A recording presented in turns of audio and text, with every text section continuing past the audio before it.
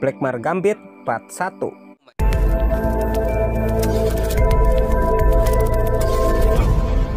Halo pecinta catur, selamat datang kembali bersama Logai Kreator.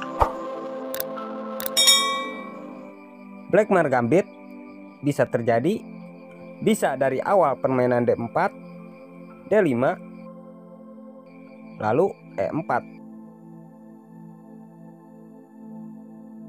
atau dari permainan E4, D5, D4. Ini yang dinamakan Blackmar Gambit. Blackmar Gambit juga ada dua versi. Ada Blackmar Gambit ditolak, ada juga Blackmar Gambit diterima. Blackmar Gambit ditolak berarti hitam membiarkan pion gratis dari putih. Hitam tidak pion kali pion E4, tapi menggerakkan yang lainnya. Misalkan hitam membalas dengan kuda ke C6, atau hitam membalas dengan memajukan pion ke C6, dan yang lainnya. Blackmar Gambit diterima yaitu hitam pion kali pion, menerima tawaran pion gratis dari putih. Semuanya akan kita bahas satu persatu. Dan ini adalah video part 1. Jadi, jika di video ini belum ada yang terbahas, tenang saja, jangan khawatir, karena kita masih bisa lihat gerakan yang lainnya di part-part berikutnya. Oke, kita lanjut pada pembahasan. Di sini hitam menerima gambit, yaitu pion kali pion.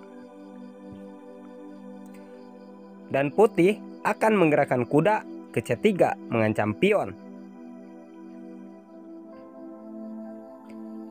Kuda C3 ini adalah langkah awal dari putih memberikan jebakan agar hitam fokus pada pion E4 yang saat ini terancam kuda. Ada beberapa kemungkinan yang akan dilakukan hitam untuk melindungi pionnya. Bisa dengan gajah ke F5, bisa dengan kuda ke F6,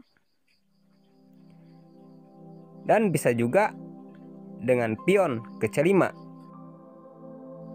Dan juga di posisi ini, terkadang hitam membiarkan pionnya dengan menggerakkan kuda ke C6, memberi serangan terhadap pion D4. Pada video part 1 ini,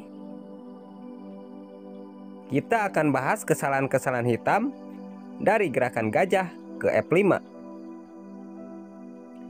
Berusaha mempertahankan pionnya dengan gajahnya. Nah, pada posisi ini putih akan memberikan jebakan kedua, yaitu menggerakkan menterinya ke E2.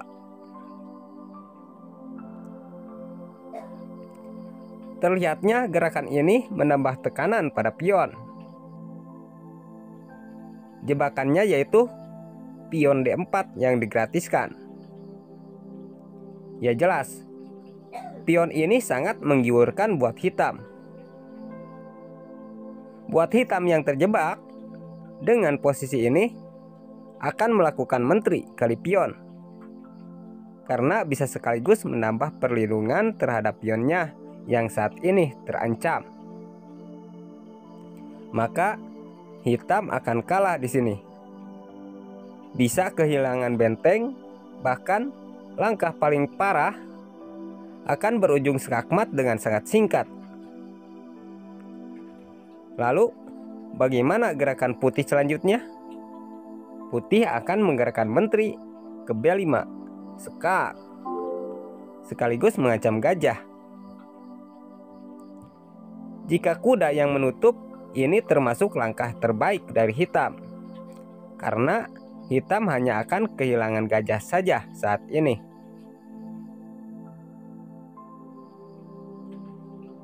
Tapi jika gajah yang saat ini terancam, yang menutup, hitam akan kehilangan bentengnya.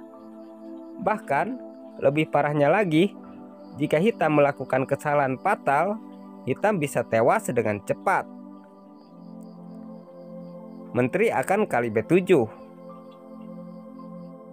dan benteng tidak dapat diselamatkan. Bagaimana Bang jika gajah ke C6 berusaha mempertahankan bentengnya? Ya, tetap saja benteng akan hilang, karena gajah akan ke B5, mengunci pergerakan gajah. Gajah tidak dapat kali menteri, karena open skak terkunci gajah.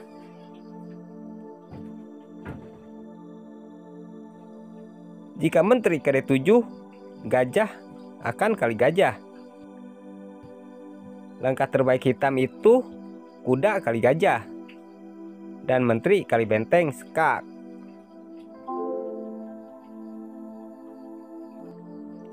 Lalu, apa sih Bang yang akan terjadi jika menteri kali gajah? Ya, itu adalah langkah yang paling fatal dari hitam. Karena menteri meninggalkan perlindungan pada petak C8. Putih dapat leluasa masuk ke C8 dan skakmat. Kita kembali lagi ke belakang, yaitu pada saat menteri mengancam benteng. Tadi kan gajah ke C6, lalu gajah ke B5. Dan di sini gajah kali gajah. Maka kuda kali gajah mengancam menteri. Jadi tetap saja benteng tidak dapat diselamatkan. Apalagi jika menteri ke B4 skak. Gajah akan menutup, mengancam menteri. Dan keselamatan menteri terancam, karena ada ancaman skakmat pada petak C8. Yang dilakukan hitam cuman cari lupa saja.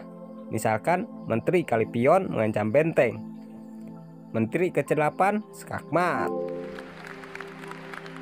Sekian dulu, sampai jumpa kembali di part-part berikutnya.